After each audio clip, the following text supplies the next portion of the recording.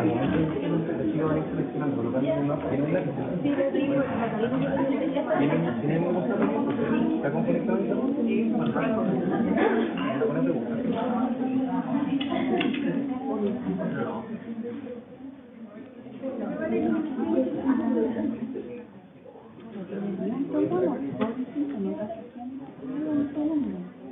No sé ni cuál es la respuesta primera, ni quién se sigue, ni nada. No. Esto no está grabando ya.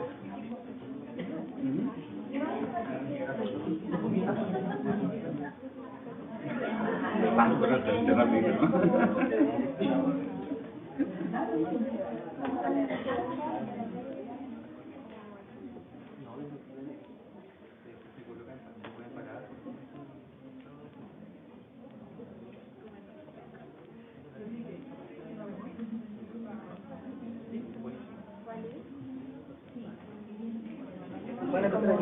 Para empezar a llegar.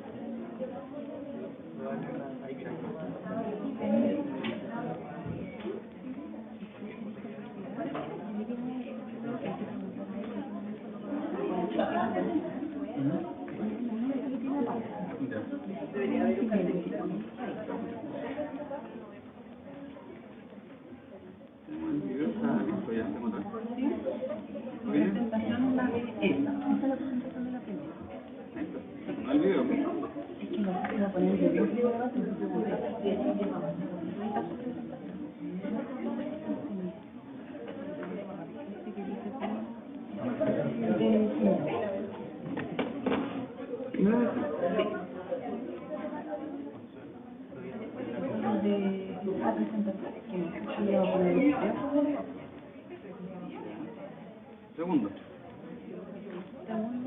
Jimena.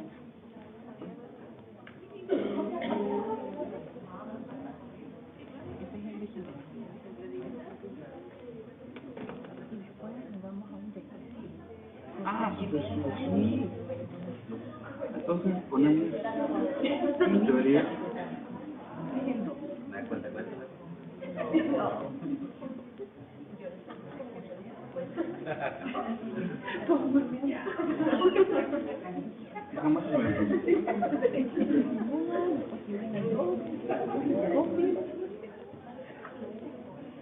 Cuando hay transmisión no hay que porque ese mudante la media hora puede ser una cosa.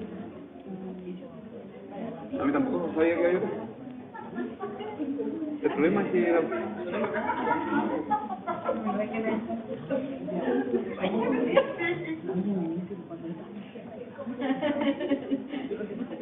¿de verdad?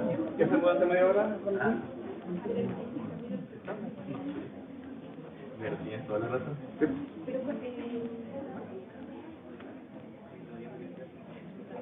No, pues llega. Bueno, la de vuelta, y viene la ronda de Tengo los dos primeros, ya tengo para sobrevivir. Ah, ¿tú me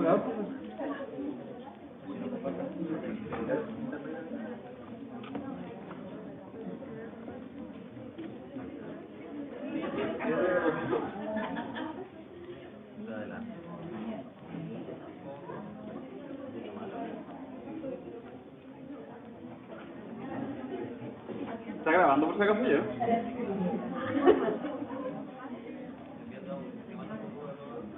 Sí, pues está grabando todo.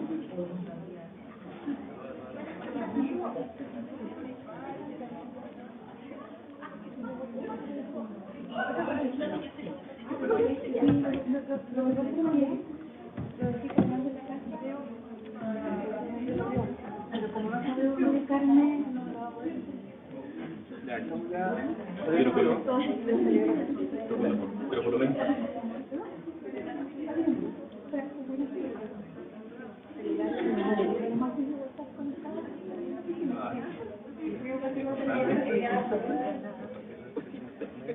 ¿Qué pared de comer? Voy a compartir.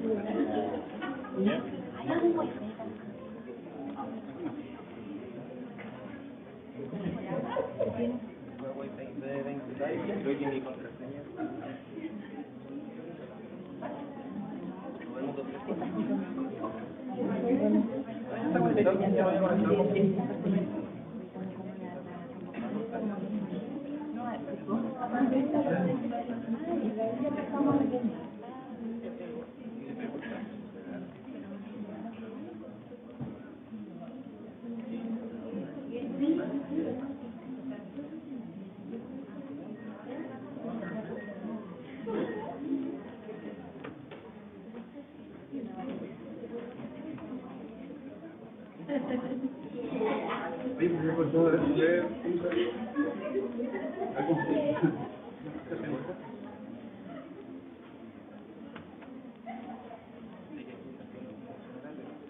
Puede que funcione, nunca se sabe.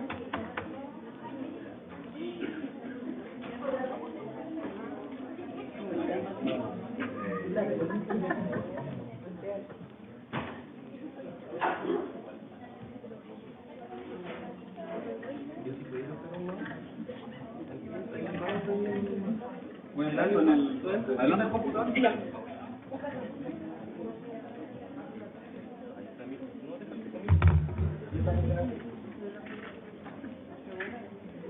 A ver, vamos a probar ahora. Te veo que estás listo.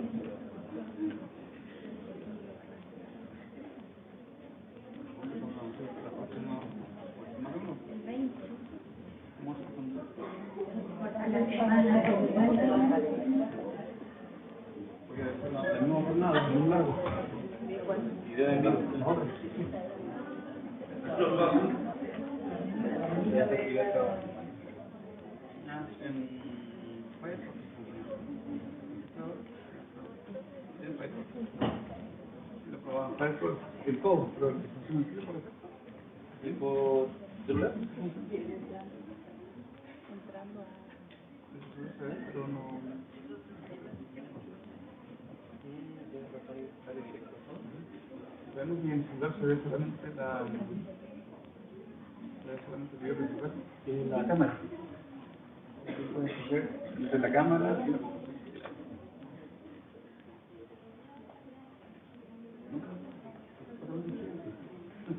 Lo que sí es que quedan grabados, ¿no? La cámara. Porque me hice una vez una cápsula que duró un día. Pero como te dieron un video, ya. Porque dejar un video grabado de la cámara. Más video de la.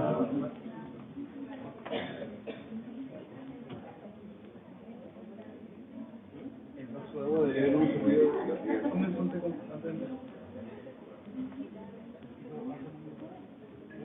Pero vas a hacer un problema.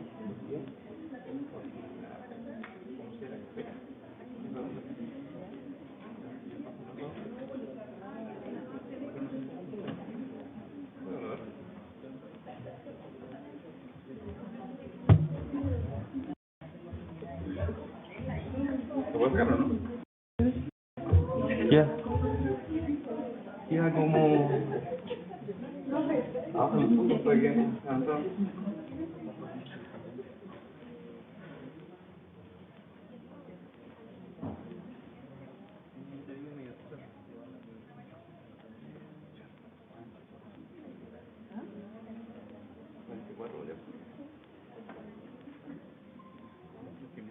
De una hora. Yo calculo que son hora y media. Yo creo que son como 2 horas.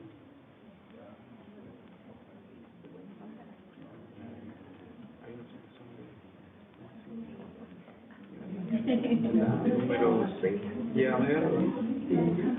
¿Hay alguien ya no preparado que te llegue? Ya, lo que vamos a hacer. Le vamos a poner un micrófono de cintillo acá después. Tenemos uno para el primero. Y el segundo. ¿Dónde van a estar sentados ahí? Adelante. Le vamos a poner solo ahora o después cuando ya esté a punto de subir. Ya. A la primera más.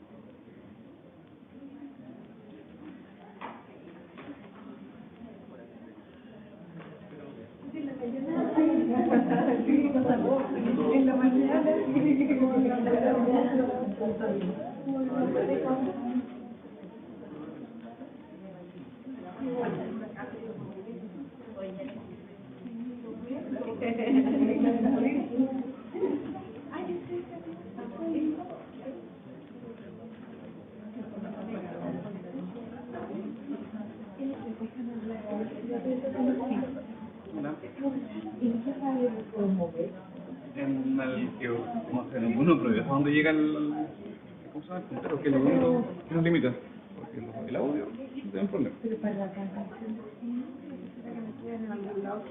No, lo que pasa es que, no, yo, Y entonces, lo que pasa es que en primera instancia la cámara está filmando de aquí, o sea, un poco más adelantado de la pantalla. Yo puedo cambiar la posición para que se vea la pantalla completa, pero finalmente se está transmitiendo simultáneamente el video de la cámara y la presentación. Por lo que finalmente la gente en el momento de la presentación va a ver la presentación.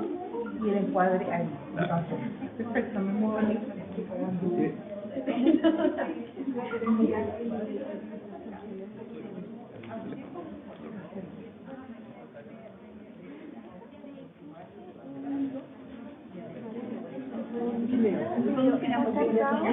Si no, tenemos que aparte o te lo cargo automáticamente.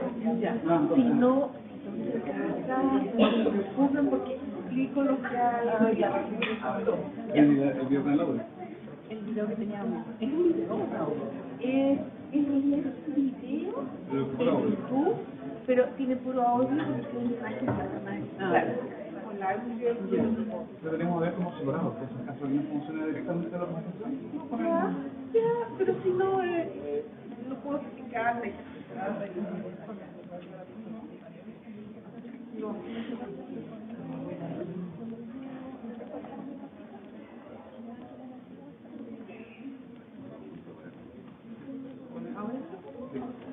De luego acomodamos el audio.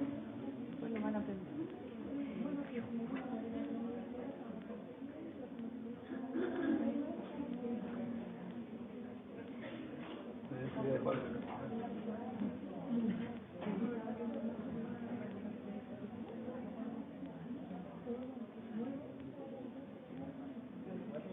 Sí, ¿eso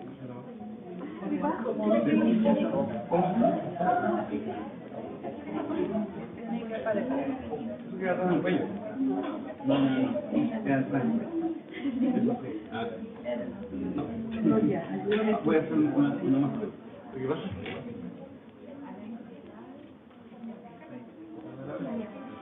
el celular es de el pelo. Exacto.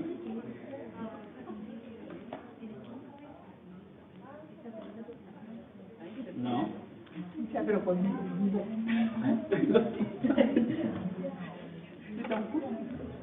te lo la tecnología ya no alcanza.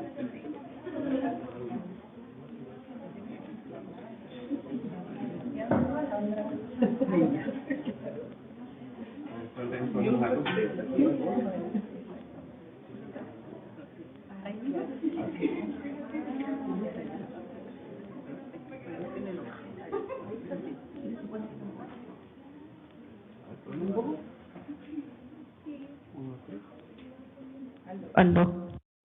Ya, sí.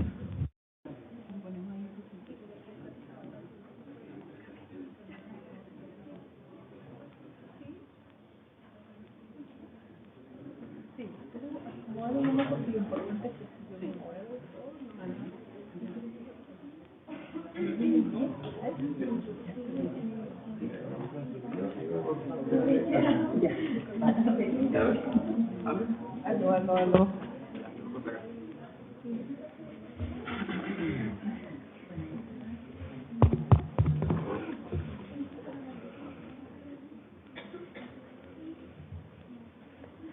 Muy buenas tardes a todos. Antes de comenzar esta ceremonia, les solicitamos, por favor, apagar o silenciar sus teléfonos celulares para no interrumpir el correcto desarrollo de esta actividad. Para efectos de seguridad, solicitamos visualizar las salidas de emergencia ubicados al costado derecho del salón, y no obstruir las escalinatas para una adecuada circulación. Muchas gracias. En nombre de la sede Puerto Montt de la Universidad Austral de Chile, les damos a todos ustedes la más cordial bienvenida.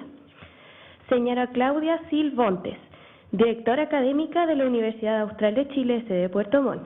Señora Fabiola Contreras, directora carrera de Pedagogía en Educación Diferencial. Señorita Valesca Mena, directora Escuela de Ingeniería en Control y Gestión. Señor Sergio Quintana, director Escuela de Fonoaudiología. Magíster Catalina Oyarzo, coordinadora Proyectos de Innovación Docente DASIC. Señor Roberto Muñoz Muñoz, coeducador de Lengua de Señas Chilena. Y a las señoritas Karina Chávez y Vanessa Pérez, apoyo en la interpretación en Lengua de Señas Chilena. Bienvenidos a este seminario denominado La Universidad como Modelo Social Inclusivo, a través de la cual se presentarán 4 ponencias con temas que relevan la inclusión como foco actual en educación superior. Este seminario se enmarca en el proyecto de innovación en docencia universitaria DEP 201-804 de la Dirección de Estudios de Pregrado y el Departamento de Aseguramiento de la Calidad e Innovación Curricular DASIC.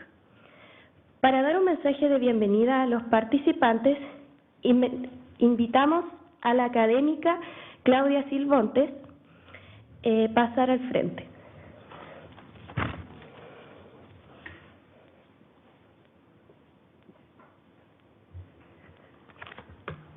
Muy buenas tardes, directores de escuela, directora de Escuela de Pedagogía en Educación Diferencial, Fabiola Contreras, profesores, académicos, estudiantes, expositores, Catalina Oyarzo, en este caso del Departamento de Aseguramiento de la Calidad e Innovación Curricular, equipo PASE, que lo veo también aquí incluido dentro de este seminario, exalumnos parece también de nuestra institución de Pedagogía en Educación Diferencial y estudiantes que también veo entonces aquí hoy día presentes de la carrera de Pedagogía en Educación Diferencial y a todos quienes están aquí hoy día. Quisiera dar un saludo de bienvenida de parte de nuestro vicerrector, el doctor Renato Westermayer, quien en este momento se encuentra realizando actividades propias de su cargo y que no nos pudo acompañar por ese motivo en especial, pero que él manda todos sus saludos y cariños, en este caso, para una actividad que para nosotros como sede es muy bienvenida, que esperamos, en todo caso tenemos un buen marco de público, que esperamos que sea irradiada también a todo el resto de nuestra sede y también en este caso a todos los integrantes de Valdivia. Tenemos representantes también aquí de otras unidades de Valdivia, del programa de formación inicial docente también, que es importante que se vayan incluyendo y que tal vez que vayan las experiencias que se van a relatar hoy día a través de los propios académicos de la escuela, de las personas del PIES y también en este caso de la expositora que viene de la Universidad de Chile. En este caso, de parte no sé si viene definitivamente como DEMRE, ¿sí? Bien. Para nuestra sede, a través del PIES, ha sido un largo camino que no ha sido fácil de recorrer. Eso lo saben bien quienes han participado, quienes iniciaron esta iniciativa en nuestra sede. La Escuela de Pedagogía en Educación Diferencial es quien nos ha acompañado desde un inicio, ya cerca de 7 años, de caminar en este recorrido con respecto entonces a lo que es inclusión en educación superior. Como sede ha tenido gratos frutos, pero también hemos tenido varios problemas y dificultades con los cuales nosotros como experiencia tal vez es importante destacarla. Pero nos gustaría felicitar en este caso a la Escuela de Pedagogía en Educación Diferencial por esta motivación inicial de realizar este programa de inclusión, que fue innovador para nuestra institución en su momento y que sigue siéndolo, por lo tanto somos un apoyo también para en este caso UH Inclusiva muchas veces y para las políticas de inclusión que nuestra institución está desarrollando en este momento. También quisiera comentar que no solo participamos en este tipo de actividades con el PIES, sino que también nosotros, al ser una Secretaría de Admisión, el CRUCH en este caso, del Sistema Único de Admisión que tiene nuestro país, también nosotros nos hacemos cargo de los ajustes que hay que realizar durante el proceso de selección universitaria. Y por lo tanto, entonces, implementamos los distintos ajustes que se realizan a través del DEMRE, del equipo que lo realiza, en el cual Sandra debe participar, y en el cual entonces nosotros implementamos en la prueba salas especiales que se están realizando ya por lo menos hace 2 o 3 años, para el tema de interpretación con estudiantes y también ajustes específicos cuando, por ejemplo, las pruebas tienen que ser con un tipo de fuente bastante más grande para que el estudiante entonces pueda tener una prueba adecuada a sus condiciones. Y también en el caso, por ejemplo, de que tienen que tener más tiempo también para la prueba, tienen que tener descansos durante la prueba, se realiza todo ese tipo de ajustes y se implementa durante el proceso de la prueba de selección universitaria. Así que ahí también tratamos de hacer lo mejor posible cuando incluso nos informa muchas veces de parte de los estudiantes, incluso los papás y de los establecimientos educacionales que se necesita un apoyo como esto. También quisiera agradecer en este caso al Departamento de Aseguramiento de la Calidad e Innovación Curricular por tener este tipo de iniciativas en el cual entonces se pueden desarrollar actividades que en la sede, por ejemplo, de innovación en docencia universitaria están, pero que muchas veces se necesita entonces algún aporte o alguna fuente para poder entonces financiarla. Por último, quisiera agradecer también a la expositora, en este caso, con la gentileza y generosidad que tiene como para poder entonces asistir a este tipo de actividades en Puerto Montt, que no es menor venir hasta acá, pero que sí se agradece entonces y esperamos que este seminario, que en este caso es la Universidad como Modelo de Cambio Social Inclusivo, entonces pueda resultar lo mejor posible durante esta tarde y sea una experiencia beneficiosa para todos los que están hoy día aquí. Muchas gracias.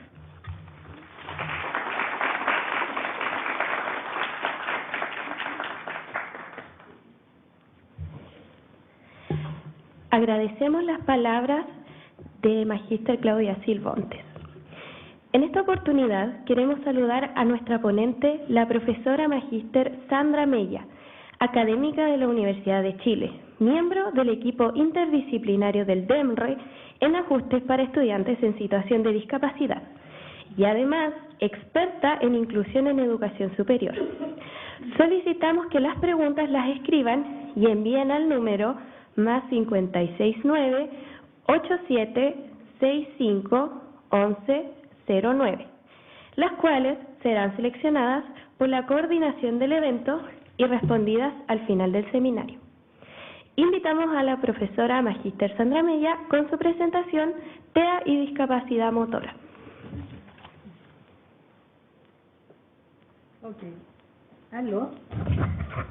Aló, aquí. Ya, bueno, agradezco la presencia de todos ustedes el día de hoy.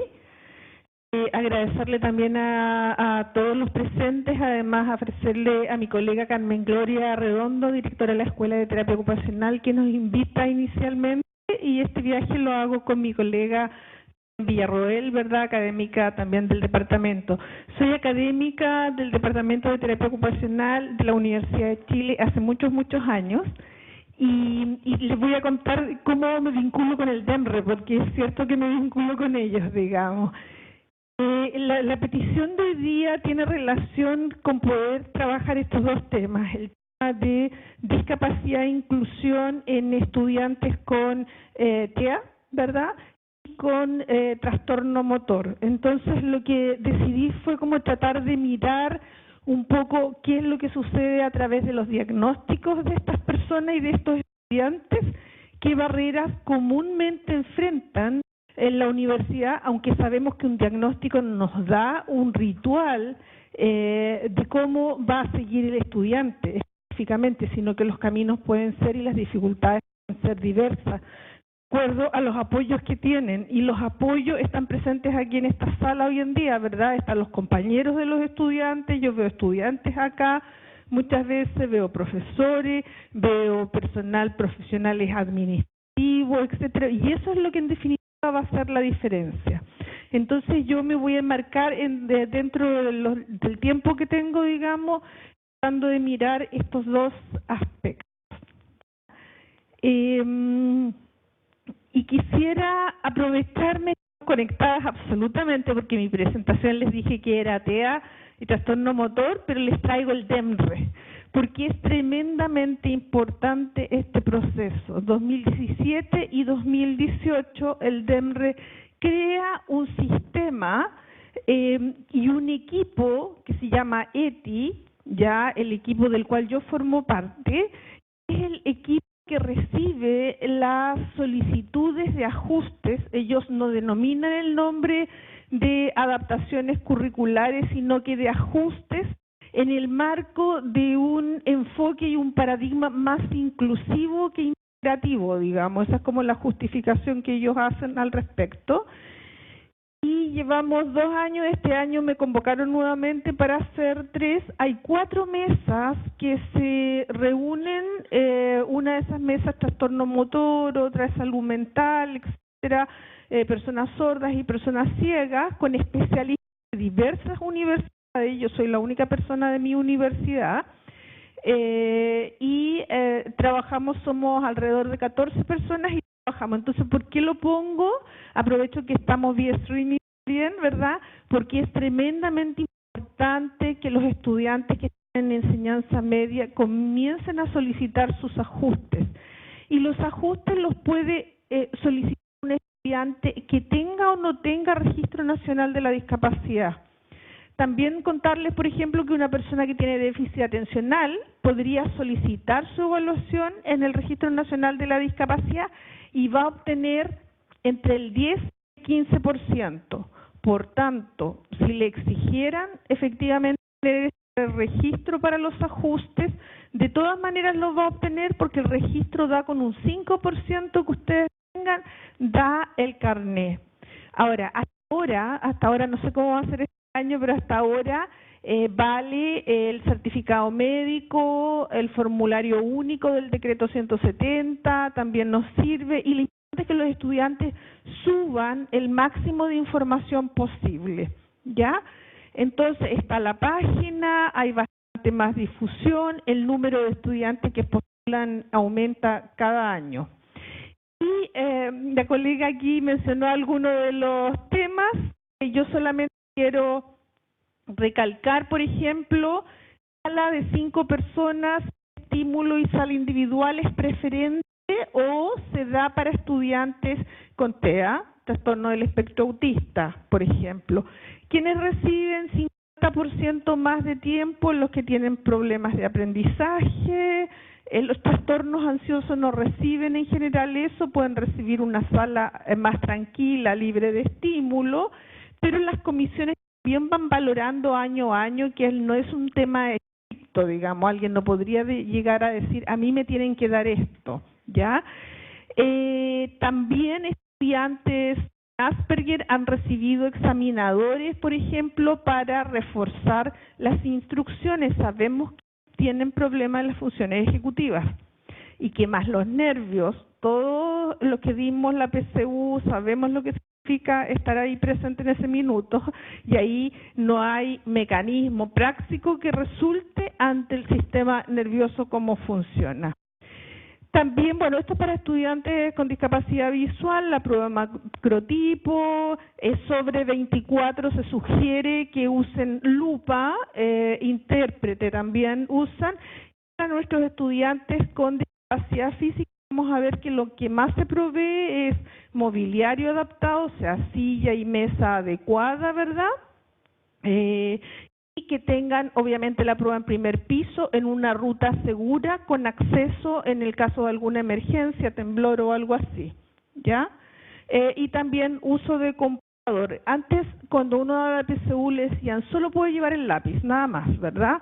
Estos estudiantes tienen derecho a llevar otros elementos, ¿ya? Se les puede autorizar algo para comer, porque la fatiga también va a influir. Los que tienen 50% de tiempo más pueden estar 3 horas dando la prueba, ¿ya? Entonces, solo comentar, aprovecho, que bueno que tú lo comentaste y todo, pero es un elemento importante. Entonces, vamos...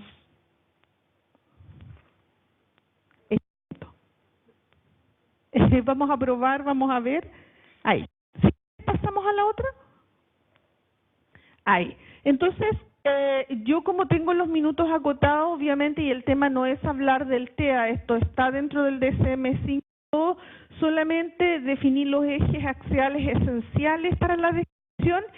Quiero contarles un poco de cuáles son los problemas que tienen los estudiantes o con los que yo he trabajado. Un estudiante Asperger, en este minuto estamos hablando del estudiante TEA, yo estoy todavía con el lenguaje Asperger, tiene deficiencias en la reciprocidad socioemocional, por ejemplo, fracaso en la conversación normal en ambos sentidos. Los profesores se quejan, no me mira a los ojos. Cuando están dando algún examen, no me mira. Si estoy dando una prueba oral, no me mira. Y todas las rúbricas que evalúan esos aspectos salen negativas, por lo tanto las notas son tremendamente negativas. Todos esos aspectos son aspectos que el equipo, como el equipo que trabaja acá en la universidad, programa de inclusión, también se desarrollan y se pueden manejar. Uno puede capacitar, entrenar a los estudiantes para que miren por una cantidad limitada de tiempo entre las cejas, por ejemplo. No miran nada, no están mirando a la persona. Por ejemplo, yo te miro a ti y no te estoy mirando, yo estoy concentrada en la instrucción que me dieron de mirar entre las... Pero pareciera que te estoy mirando y por un rato y va la rúbrica. Entonces son aspectos que sí son obviamente tremendamente deficitarios. Los profesores reclaman soberbia de los estudiantes, los leen como si fueran soberbios, ¿ya? Entonces son aspectos que hay que desarrollar. Esto de la disminución en los intereses, emociones restringidas y eso que sabemos que es propio del TEA, no sufre tantas variaciones en la universidad, pero ellos saben que tienen que sacar sus asignaturas, etcétera. Cuando tienen un curso de formación general, obviamente el tema de interés va a ser eso. Cuando les piden hablar sobre un tema en comunicación, también.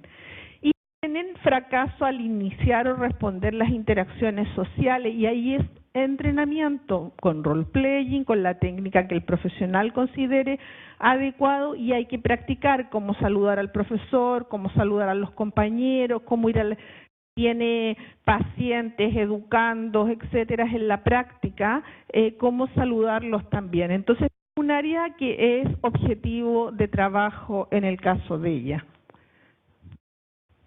Luego, deficiencias en las conductas comunicativas no verbales utilizadas en la interacción social, insisto, el contacto social, que ya lo mencioné, y en el uso de gestos.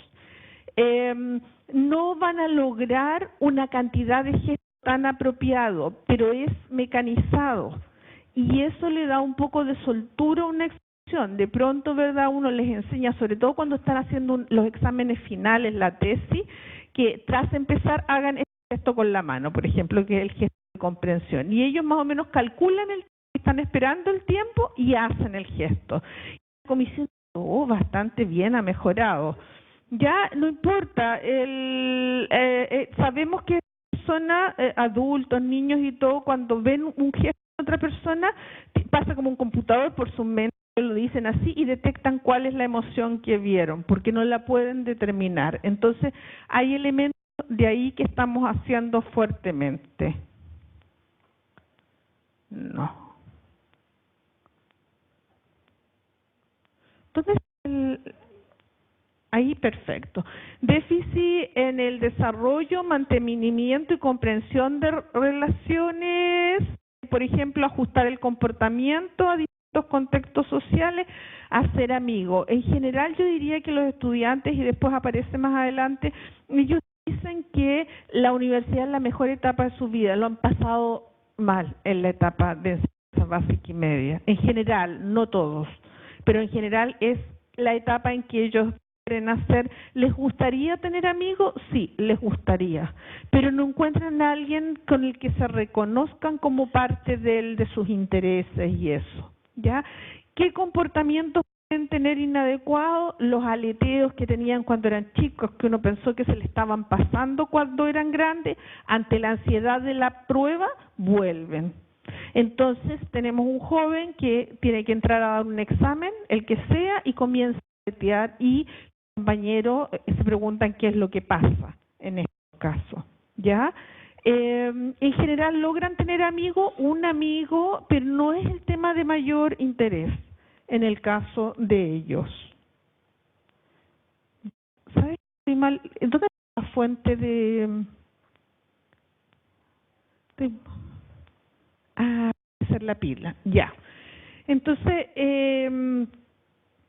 el ajuste del comportamiento es importante verlo. Son situaciones que les van a suceder. También les pueden suceder situaciones ante de la desesperación de entregar algo, un trabajo, pueden quebrar las normas, ¿ya? Y eso es algo que, gracias, algo que sucede. Entonces, acá, tienden a hacer movimientos, uso de objetos, habla estereotipada, etcétera, insisto, ante el examen. Ahí los psicólogos son nuestra gran ayuda, técnicas de relajación y técnicas de relajación para disminuir el estrés individualmente o algunas oportunidades, podemos dar algunos implementos, ¿verdad?, de tipo perceptivo, los que manejan integración sensorial, ¿verdad?, que genere algún movimiento en ello y eso también hace que disminuya la tensión, ¿ya? Y obviamente esto de la angustia ante los pequeños cambios sufren con las paralizaciones. Realmente no están incluidos en los correos o no los ven, etcétera. Entonces la anticipación de las conductas, etcétera, hoy día hablábamos con los colegas a la hora de almuerzo de lo importante tal vez que es que tengan un tutor docente y un tutor par y que se les informe especialmente a los estudiantes de qué es lo que necesitan hacer.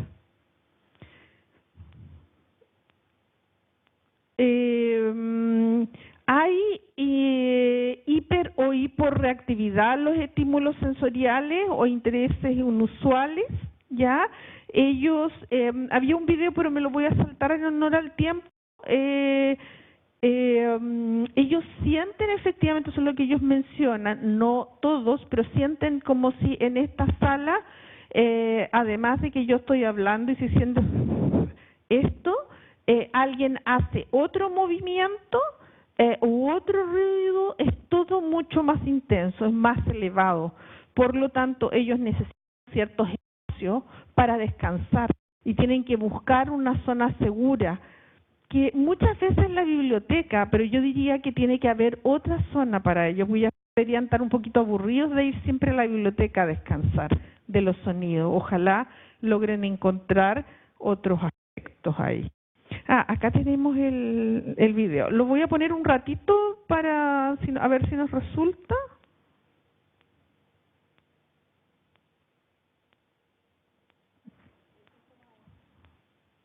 Sí, ¿tú lo estás dando ahí?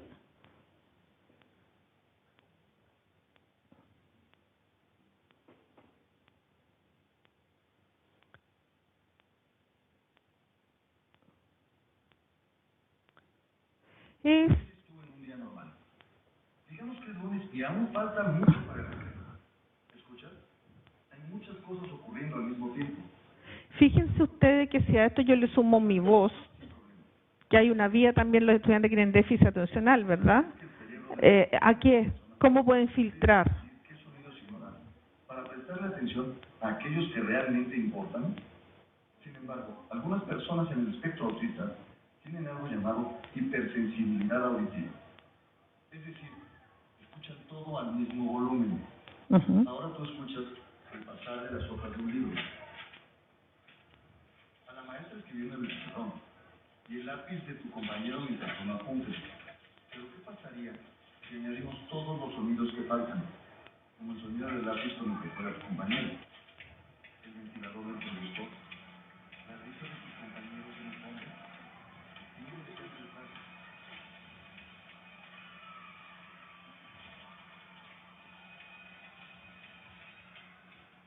Lo podemos cortar. Ok, la idea es solo ponerlo de ejemplo.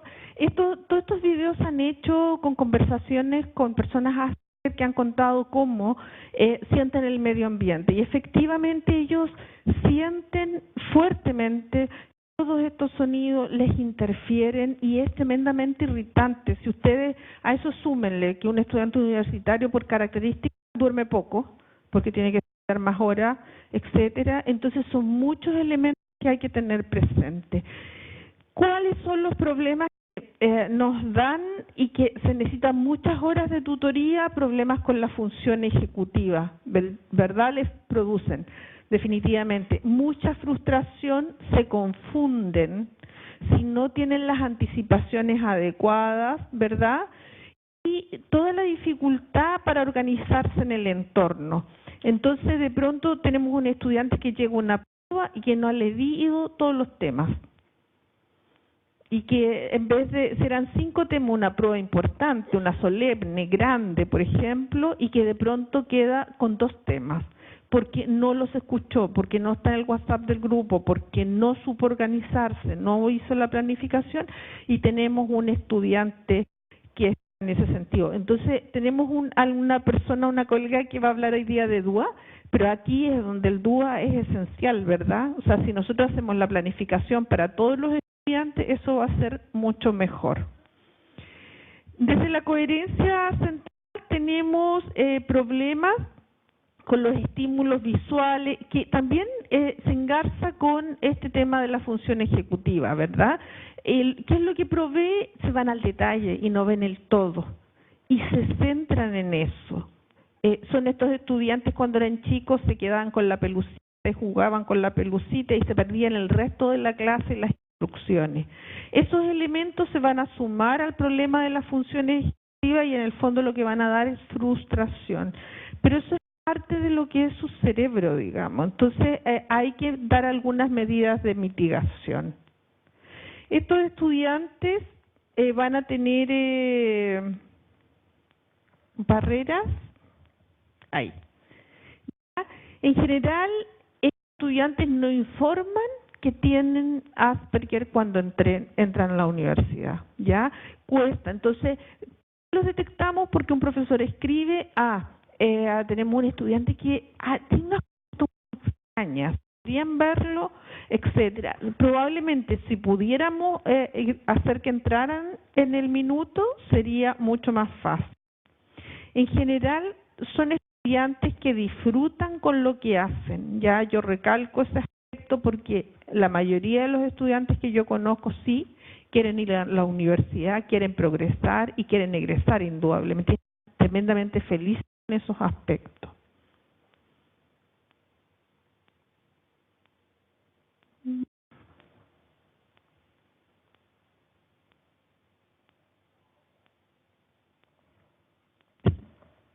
Gracias.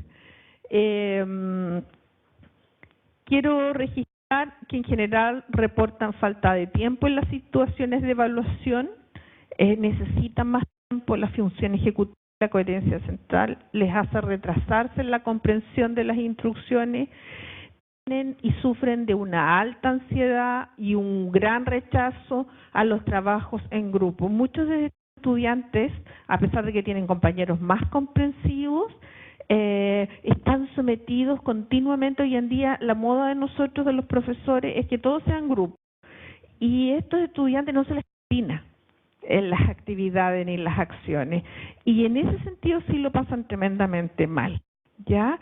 Y lo que yo les comentaba, que buscan lugares tranquilos, y eso es esencial, ayudarlos o con ellos encontrar un lugar que sea un lugar de reposo donde ellos puedan estar. Entonces, aquí.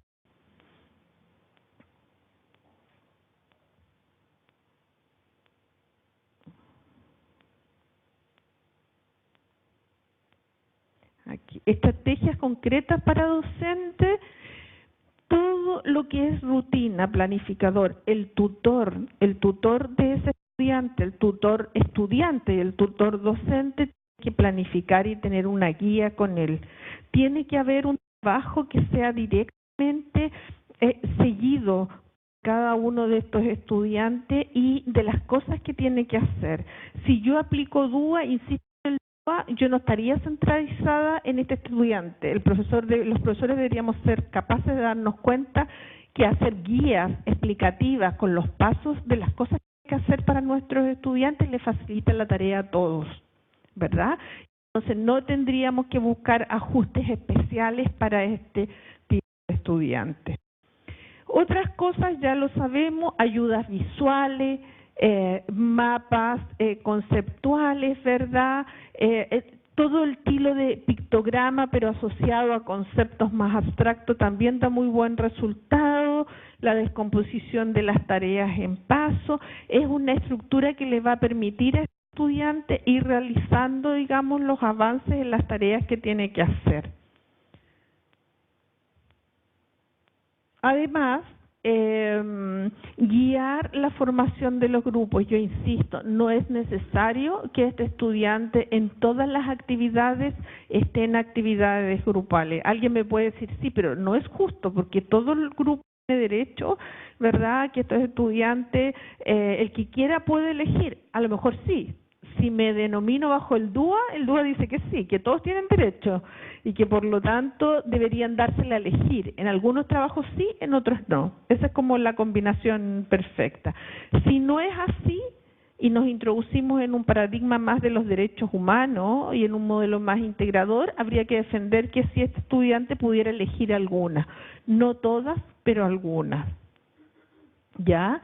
De poder trabajar en forma independiente y la verdad es que lo hacen bastante bien o en duplas. Luego, anticipar materiales y bibliografía debería decir ahí.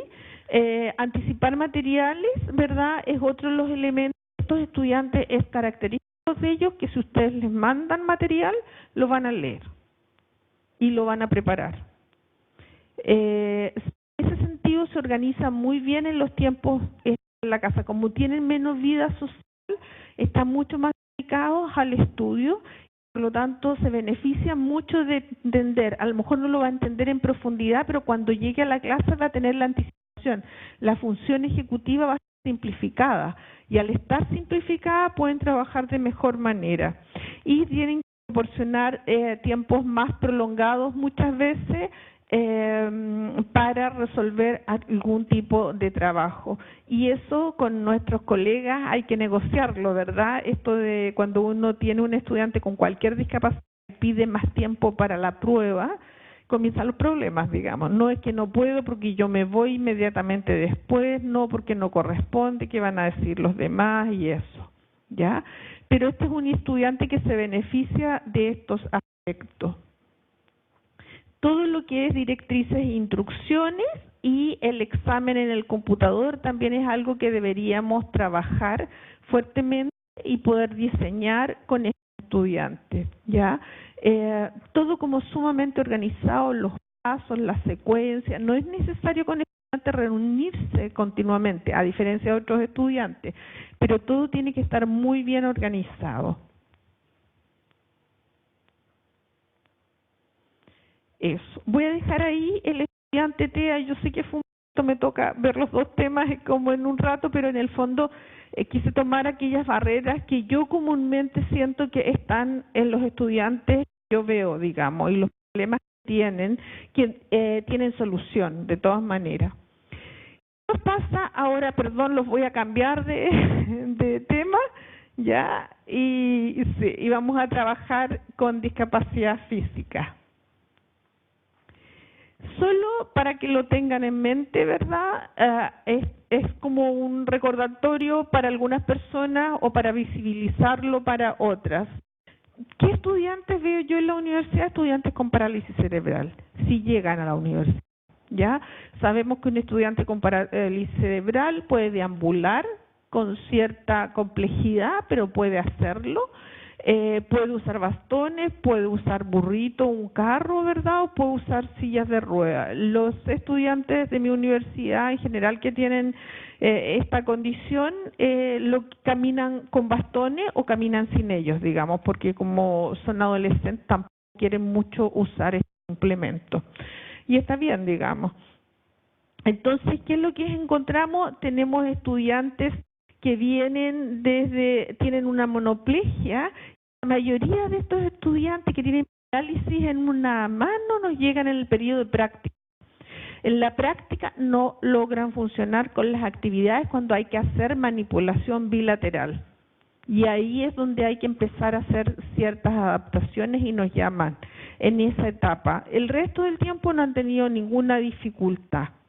Los estudiantes de hemiplegia también, sobre todo los de ciencias químicas, que tienen que hacer uso de químicos, aunque tienen cierto grado de seguridad en el cuerpo, etcétera, obviamente los profesores se alarman mucho y estos estudiantes por la posición, y además son estudiantes que se cansan mucho.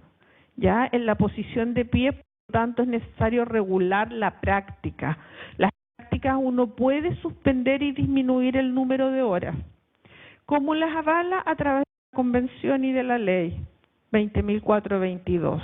Ahora, puede que la escuela diga, no, yo no estoy dispuesto a ceder horas de este tema, pero uno puede conseguir entonces que el 30% de esa carga se haga con un trabajo no presencial, ¿ya? Y muchas veces tiene relación con la salud del estudiante. Entonces, bueno, tenemos estudiantes con una diplegia, que en ese caso pueden usar silla de rueda, y un estilo de cuadriplegia. Entonces, ¿qué es lo que vemos? Obviamente, problemas para escribir, ¿ya? Ahí pueden hacer uso de adaptaciones, son bastante buenas y tienen un buen sentido, ¿ya? Adaptaciones para el computador para poder escribir. Y la otra gran dificultad que tienen es la disartria, ¿verdad? Hablan como si tuvieran eso, entonces los profesores empiezan a tener dificultades cuando hay una evaluación oral. Y cuando tienen que ver cliente, paciente, estudiante también presentan dificultad, y ahí se pueden hacer adaptaciones.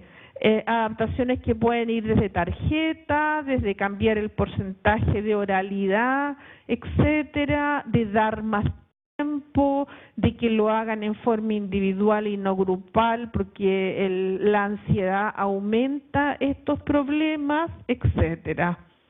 Entonces hay distintas alteraciones que hay que ver, y unas muy prácticas. Por ejemplo, en el caso que haya cialorrea, ¿verdad? La saliva a veces se escurre. Para las prácticas eso hay que verlo. Ellos logran controlarlo. Teníamos un estudiante que tenía ese problema, pero en el periodo práctico logró efectivamente hacer un control voluntario de esta saliva. Pero hay que verlo, hay que pensarlo en las actividades prácticas y proyectarlo. ¿Qué otros problemas tienen? Son estudiantes de que se pueden lesionar por caídas, ¿verdad? No solo los estudiantes con parálisis cerebral, un estudiante con alguna deficiencia nerviosa, ¿verdad? Una alteración, una displasia muscular, son estudiantes que se caen y que terminan lesionados y con un buen tiempo ausente. Son estudiantes que tienen dificultad para así elementos de la práctica, el uso del lápiz, ¿verdad? Y para ocupar en forma voluntaria, como en el caso de este joven, las manos, que cuando le toca hacer un movimiento en primer plano, lo que sucede es que tiende a irse para atrás. También es común el uso de cirugía. Los estudiantes desaparecen por 4 meses. ¿Qué es lo que tienen que hacer? Congelar. Obvio, pero yo no sé cómo son los reglamentos aquí, pero en mi universidad no se puede congelar, no sé cuál es el tiempo, pero una licencia mayor a 1 mes es un problema y podría quedar fuera incluso de la carrera, ¿ya? Entonces, hay que lograr adaptaciones ahí y acuerdo con los profesores y con la dirección de la escuela para que ese estudiante siga en clase mientras. Y no solo esos estudiantes, los estudiantes que tienen que hacerse diálisis, que están haciendo tratamiento oncológico por VIH-Sida, etcétera, también requieren y que se les manden al computador las tareas y se siga adelante con el proceso. Entonces, son estudiantes que son usuarios de silla de rueda electrónica, ¿verdad? Y que tienen como condición una vejiga neurogénica. Entonces, ¿qué es lo que sucede? Aparte de lo que significa tener una movilidad reducida, estos estudiantes es muy común que se escaren, que tengan estas lesiones. Aquí, por ejemplo, ya esas lesiones se infectan y al infectarse desaparecen nuevamente por 3 meses y vamos hacia atrás el proceso. Entonces la idea es mantenerlo conectados con el sistema universitario. El otro problema que tienen con la vejiga, ustedes saben que baños para personas con discapacidad no hay mucho y no cumplen. La mayoría de los lugares no cumplen lo que la ley establece como necesario. Y por lo tanto, esos lugares, un estudiante que en silla de rueda que tiene que seguramente rodar, ¿cuánto? 15 y 20 minutos para llegar a un baño, que es el único que había, que está en un lugar determinado. El proceso de vaciamiento de la vejiga, ¿verdad?, que es por medio de una sonda, es un procedimiento que no dura menos de 15 minutos. Y es tremendamente importante que se haga con cuidado porque ahí hay infecciones, etcétera. Entonces, una ida al baño para un estudiante con paraplegia puede costarle 1 hora de la clase.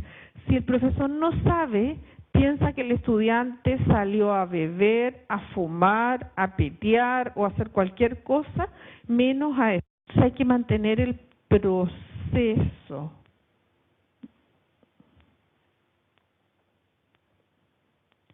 Perdón. Bueno, tenemos estudiantes como esta niña que tiene una esclerosis múltiple, ¿verdad? Una alteración en la mielina, y yo lo que quiero destacar que estudiantes hay en la universidad. Nosotros tenemos estas enfermedades neurológicas, están siendo muy frecuentes. Países como España establecen que han aumentado la tasa de estas enfermedades, y son estudiantes que empiezan a perder el equilibrio, que tienen temblores, ¿verdad? Pero lo más importante es que su proceso funciona con una diada de remisión y recaída constantemente, ¿ya? Entonces también van bien, los medicamentos están haciendo su efecto, vuelve a clase y luego viene otro brote y vuelven, hasta que en algún minuto se estabilizan. Por lo tanto, estos estudiantes que tienen temblores, que tienen problemas de pérdida de la visión además, ¿ya? Se ven afectados en su permanencia. Entonces, por ejemplo, este estudiante, si ustedes ven, hay un ejemplo de diplopia aquí abajo, eso, ahí, y W. Si eso mismo ustedes lo traducen al texto escrito, ve el texto escrito doble, y por lo tanto hay más dificultad en la lectura.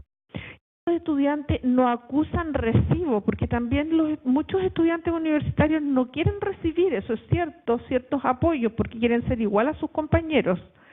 Entonces lo que tienden a hacer efectivamente es a aguantar esto estoicamente y a no desarrollar.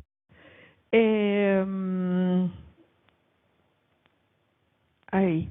Y no quise dejar atrás las alteraciones reumáticas, solo para mencionarlas, que un número importante de estudiantes tiene artritis reumatoidea y que la artritis causa dolor, inflamación, ¿ya? Entonces son estudiantes que llegan a clases con mucho dolor, que no pueden permanecer sentados, se complican si se tienen que parar y irse a movilizar un poco las articulaciones, ¿ya? Son estudiantes que tienen mayores problemas a nivel de invierno. Muchos de ellos andan con estos sachets, ¿verdad?, para los golpes que usan los niños que ponen en el refrigerador. Andan con estos implementos en un cooler y van con su cooler para todos lados para la época de dolor poder ponerse y no tomar tantos fármacos. Entonces son estudiantes que tienen dificultades, pueden tener lupus eritematoso, espondilitis anquilosante, tienen dificultades para proyectar el miembro superior, como rigidez a nivel de cuello y de espalda, etcétera. Bueno, y puse esta estudiante con el lupus que tiene una mancha en la cara porque tenemos un estudiante en el último año que le costó mucho empezar le costó mucho empezar su práctica por la vergüenza que le producía tener el efecto de mariposa en la cara. Bueno, y ahí de nuevo, insisto, los psicólogos hicieron un muy buen trabajo de prepararla en este periodo. Esta intervención de educación inclusiva en educación superior requiere de un equipo multiprofesional.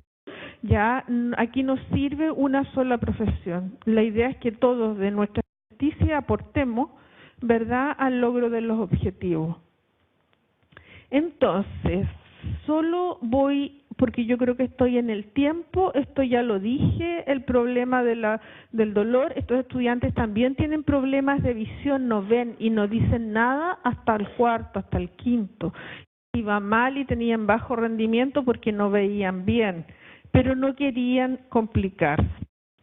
Entonces, las recomendaciones en este caso, cosas hacer, mirar las tecnologías asistivas, y pongo esto porque no es necesario solo el uso del lápiz y del computador.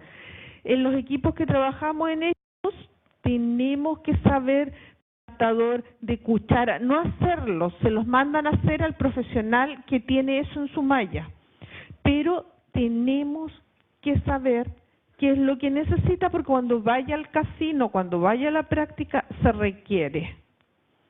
También nos van a llamar para todas las asistencias a nivel de baño, asistencias a nivel de ropa, ¿verdad?, calzadores, uso de cepillo de dientes.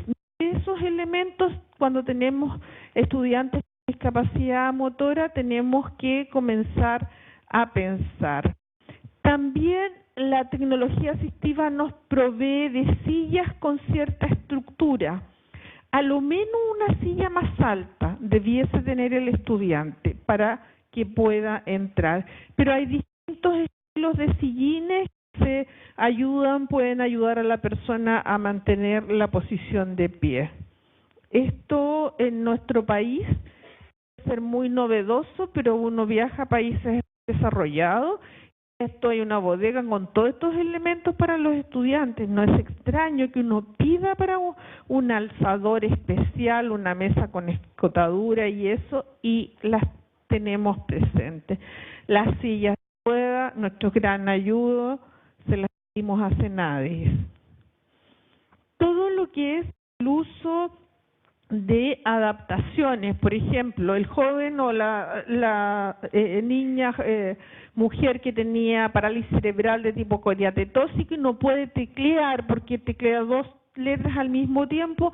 Aquí hay una barra de acrílico con unas perforaciones que se pueden comprar online o ustedes la pueden mandar a hacer, digamos, bien limadas obviamente, y eso le permite separar la función de cada tecla en particular. Entonces hay muchos elementos que son importantes, algunos más tecnológicos que otros más de bajo costo, pero son elementos que son esenciales.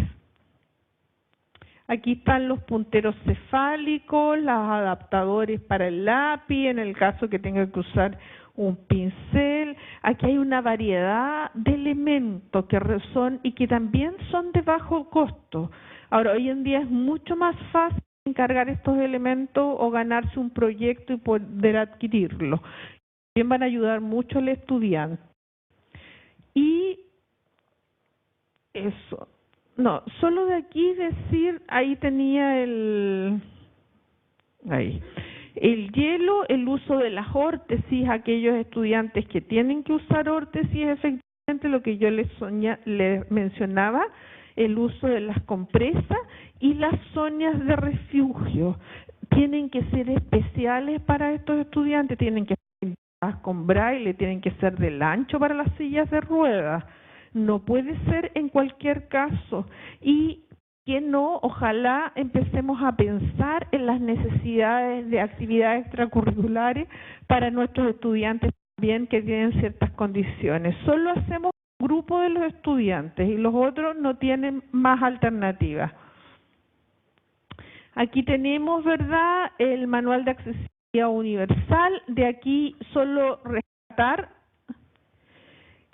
no tenemos que ser todos necesariamente expertos en accesibilidad, pero los que trabajamos en educación inclusiva, en cualquier área tenemos que saber algunos elementos básicos, como que para la norma chilena la pendiente debe ser del 12%, ¿verdad?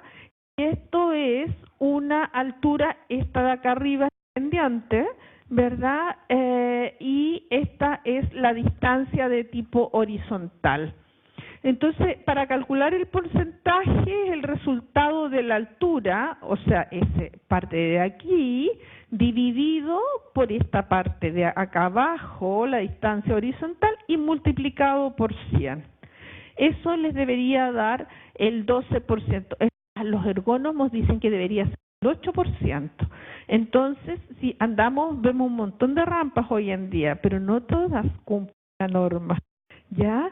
Eso. Me voy a saltar alguna. Decir y señalar que para la vuelta de la silla de ruedas tenemos que tener 1,5 metros. Son pequeños datos que los que vamos trabajando con estas técnicas tenemos que tener presentes, no ser expertos, pero saber un poco más, saber que está ese libro que es online, que es referencia para todo el mundo, y que ahí podemos recoger efectivamente las tendencias, ¿ya? Una silla de rueda ocupa 1,20 metros. Si yo quiero posicionar al estudiante en la aula magna aquí y me dicen, ¿dónde lo pongo? Típico que uno dice, ya, pero por aquí adelante. Lo que quedó de espacio sería para este estudiante en silla de rueda. En el diseño de espacio no debería ser así. Debería haber un espacio reservado para ese estudiante y para eso hay que contemplar aquellas medidas que son esenciales. Y finalmente, poder tener claro cuáles son las alturas que tiene que tener la silla de ruedas. 120 como máximo, si van a poner un dispensador para las prácticas clínicas, etcétera, tiene que estar a la altura. ¿Ya? Y 0,40 o 40 centímetros, como señala acá, el uso de los enchufes. Entonces, cuando veamos enchufes, preocuparnos de que esas medidas comiencen, obviamente, a aceptarse y a usarse. Finalmente, como tarea para la casa, la ergonomía provee, ¿verdad? Esto da para una charla entera. Otras alternativas, tenemos que saber registrar en nuestros estudiantes la flexión. Todos debiésemos, no solo los estudiantes con discapacidad deberían tener, pero para un estudiante con discapacidad estas medidas son importantes. Si el estudiante tiene problemas reumáticos, tiene algún problema o dolor, estas medidas se adaptan al máximo esfuerzo de esa persona que no cause dolor, ¿ya? Y cuando definimos los espacios, si el estudiante estudia química y le ponen reactivos y todo, preocuparse que sea en el ámbito cercano, en el verde, porque este estudiante, si tiene discapacidad física, a lo mejor va a tener problemas para estos que están más lejos. Entonces, en el fondo, lo que uno siempre piensa en discapacidad física, uno dice, mesa con escotadura o una mesa y una silla y un par de medidas, pero es un poco más allá lo que debemos pensar con nuestros estudiantes. Ese es mi correo, si ustedes tienen cualquier duda, cualquier consulta y todo, yo encantado de responderles. Muchas gracias.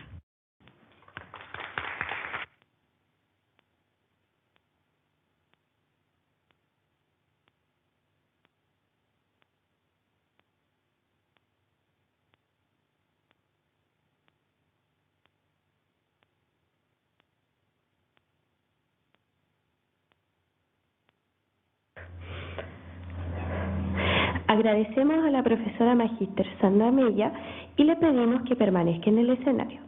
Solicitamos a la directora académica Claudia Silvantes a la entrega de un obsequio a la profesora Mella.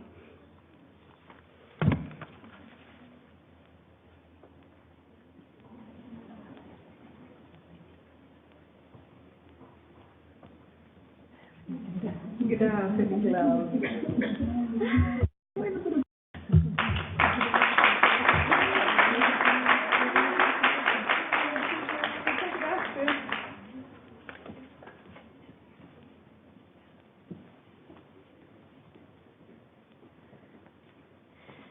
Antes de continuar, recalcamos que pueden enviar sus preguntas al número +569 8765 1109, las cuales serán seleccionadas por la coordinación del evento y respondidas al final del seminario. A continuación, invitamos a la profesora Magíster Jimena Oyarzo con su presentación Diseño Universal de Aprendizaje en Educación Superior.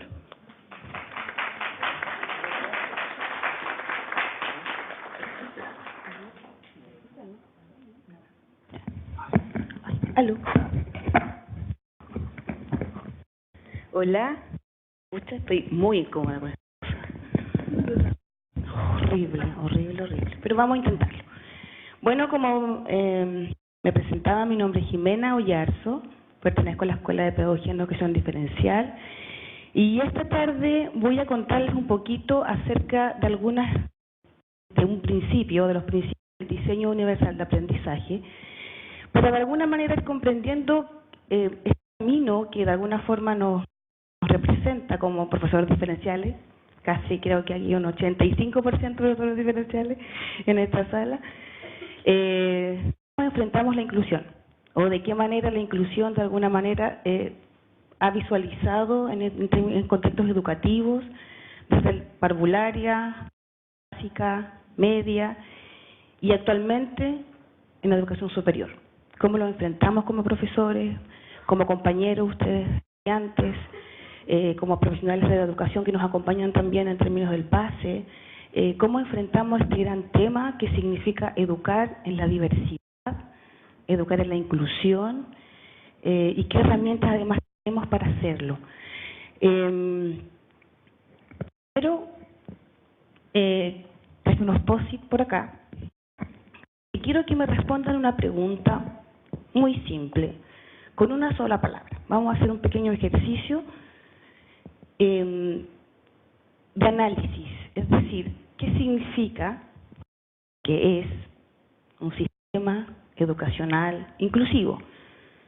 Independientemente del contexto que ustedes estén, ¿qué significa la inclusión en un contexto educativo? Quiero pedirle a mis estudiantes de quinto año, por favor, que me apoyen en esta última cosa. Pero a ver, acérquense, por favor. Aquí está el opósito. Una palabra. Gracias. Reparta, por favor. A la gente, sí, querida alumna, a la gente. Quiero que de alguna forma podamos reflexionar un poquito sobre qué significa inclusión.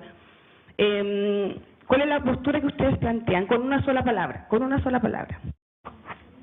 ¿Qué piensan acerca de eso? ¿Cómo lo ven? ¿Cómo lo sienten? ¿Cómo lo perciben? Y cuando lo tengan escrito, quiero que lo peguen detrás de su asiento. Aquí. Sí. Las personas de atrás en el asiento anterior. ¿Sí? Con una sola palabra. Una sola palabra. ¿Sí? Vamos a comentar, no todo claramente, pero vamos a comentar un poquito. ¿Qué es lo que es para ustedes la inclusión? ¿O qué significa este proceso inclusivo? Insisto, contextos educativos. ¿Atrás? ¿Estamos?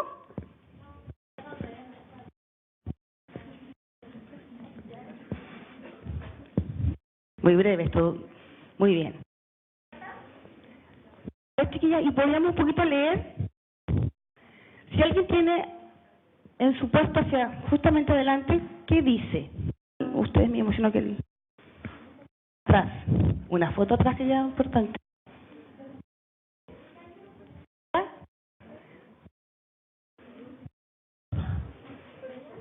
¿Habrá alguien que pueda comentar lo que dice el asiento de adelante?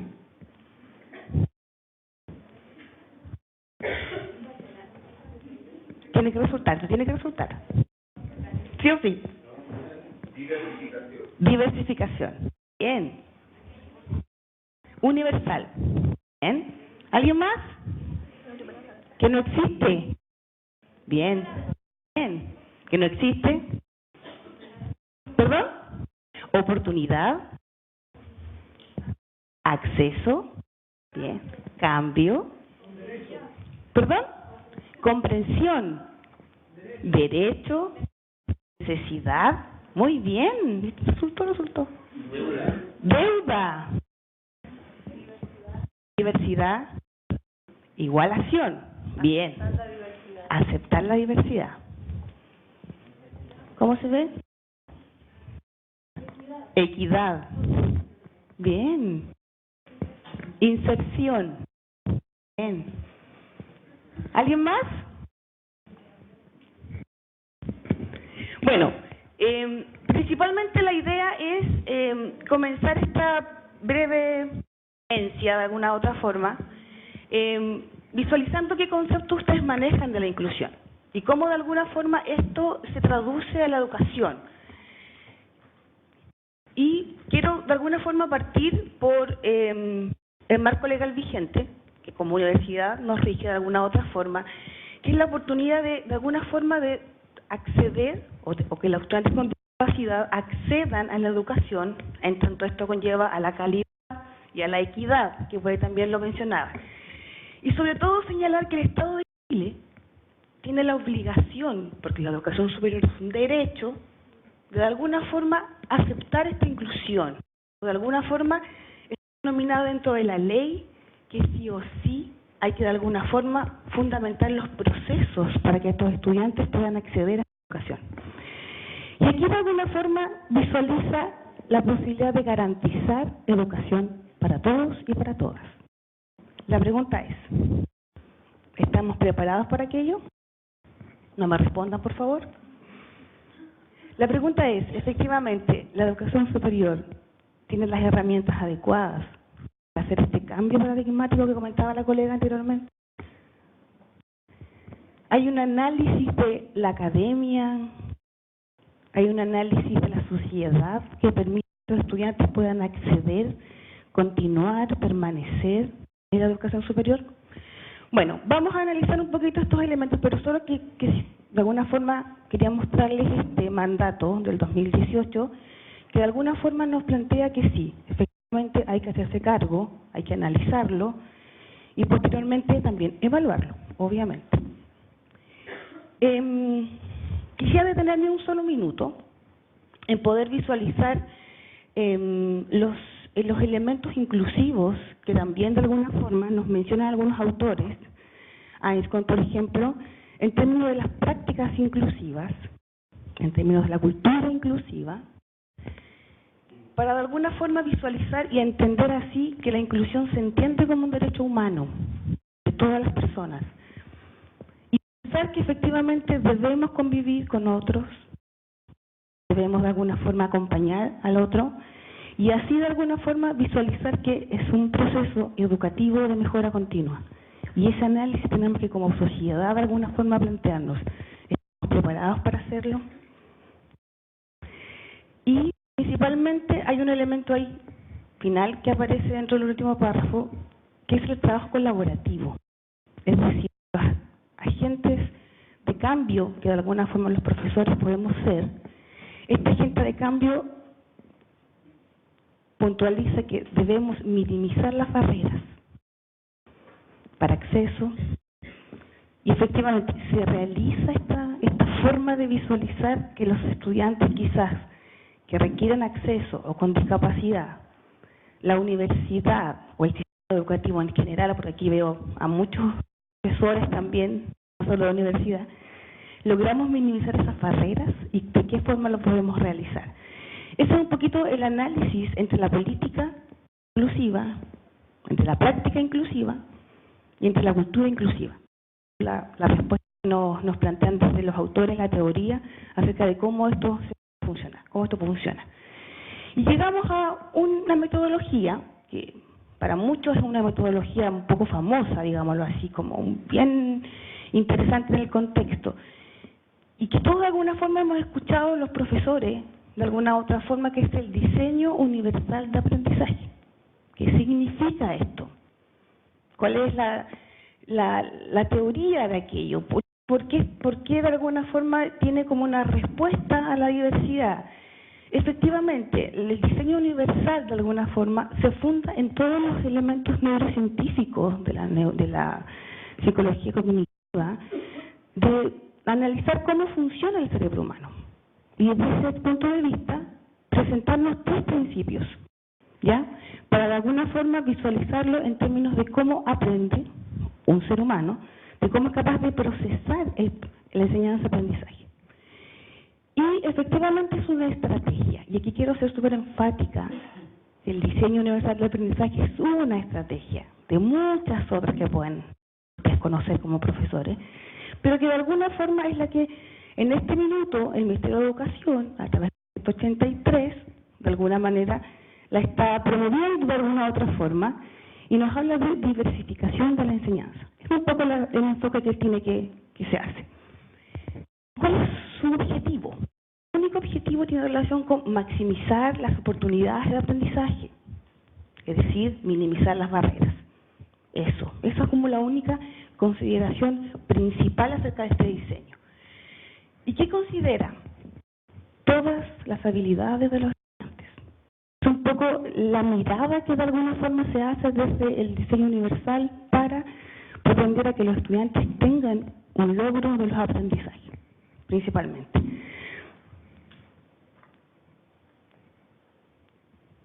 ¿Sí?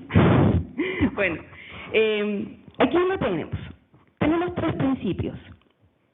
Hay un principio de afectividad, hay un principio de representación y un principio de expresión. Para efectos de esta charla, en términos generales, vamos a tomar los 3 principios, pero solamente con un análisis de la pauta. Aquí, perdón. El primer principio nos habla de la afectividad, que en este caso está al costado de aquí, en las redes afectivas, que Carmen Alba Pastor de alguna forma analiza y visualiza que como primer principio fundamental dentro del aprendizaje es la afectividad y la motivación que efectivamente los estudiantes tienen al momento de aprender. Eso es lo primero. Es decir, cómo nosotros como profesores, de alguna otra forma, podemos motivar a nuestros estudiantes.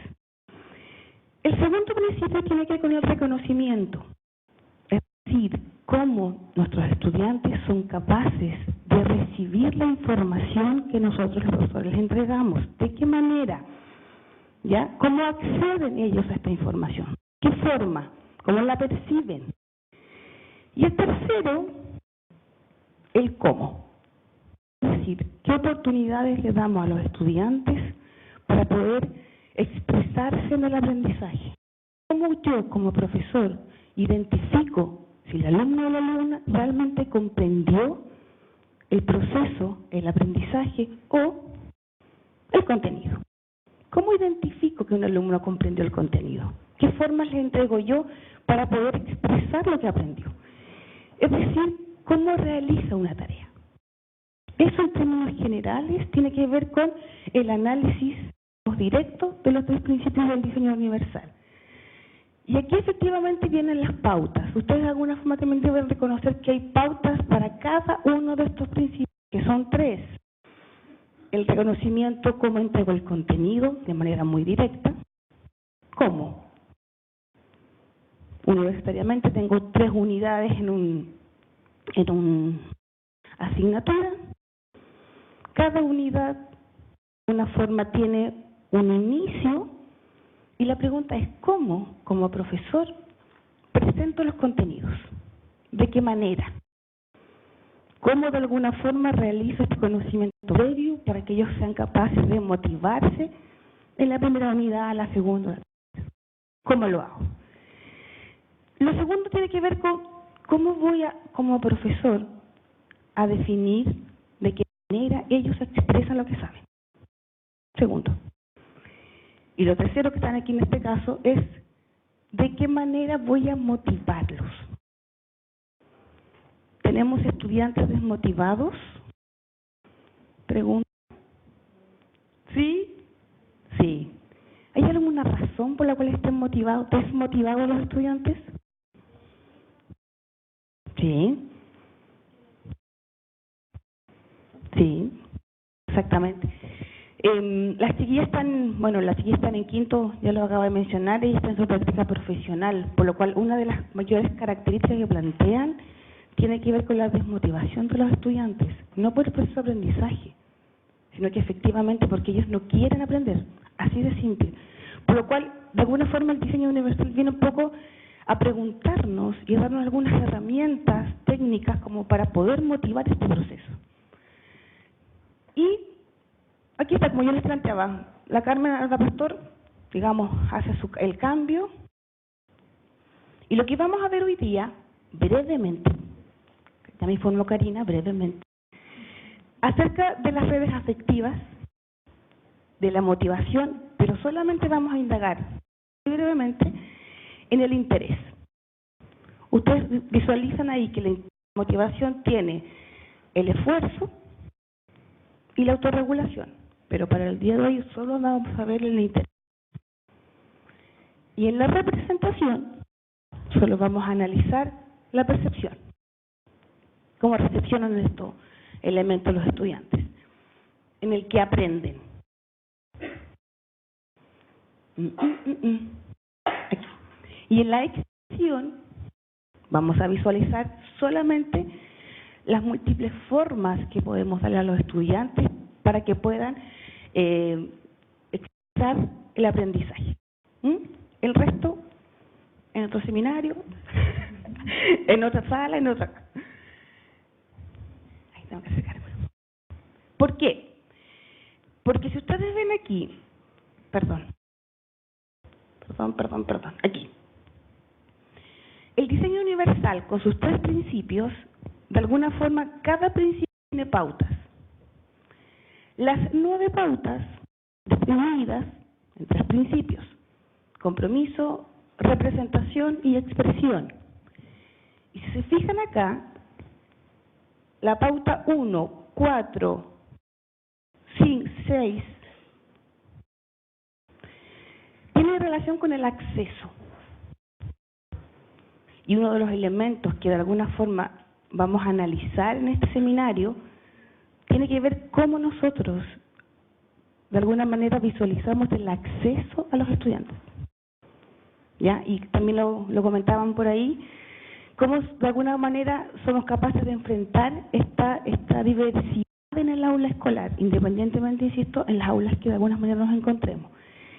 La segunda línea que ustedes visualizan ahí tiene que ver con la construcción del aprendizaje. Y la tercera línea tiene que ver con la autorregulación, que es como la parte final del proceso. Por consiguiente, vamos a analizar ahí la percepción y la actividad física. Uno de los principios fundamentales o los enfoques fundamentales del diseño universal tiene que ver con poder formar o poder desarrollar en los estudiantes aprendices expertos.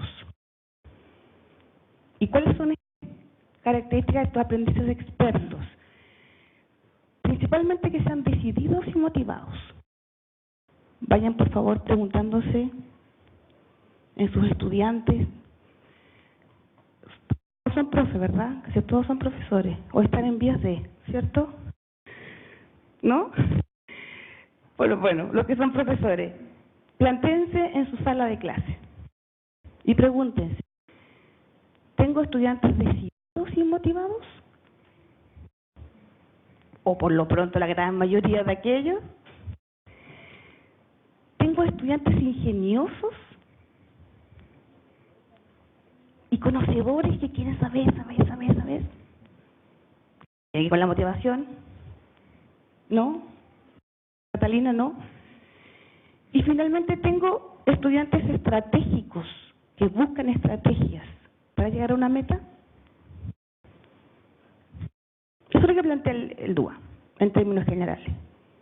Que estos aprendices sean expertos en este proceso. El camino, como decía la primera parte de la ponencia, es largo, es un camino muy largo. Por eso que la pauta del DUA está como bien determinada, y principalmente conocerlo todo no es la idea, sino que de alguna forma ver qué estrategias pequeñas, poderosas, podemos hacer como profesores para que estos elementos sean patentes en la sala de clase. Esa es un poco la idea principal. Bueno, aquí voy a pasar un poquito algunos ejemplos de estrategias. Recuerdan que la primera parte tiene que ver con las redes afectivas. ¿Cómo consigo como profesora, como profesor, que mis alumnos se comprometan con el aprendizaje? ¿De qué forma lo consigo?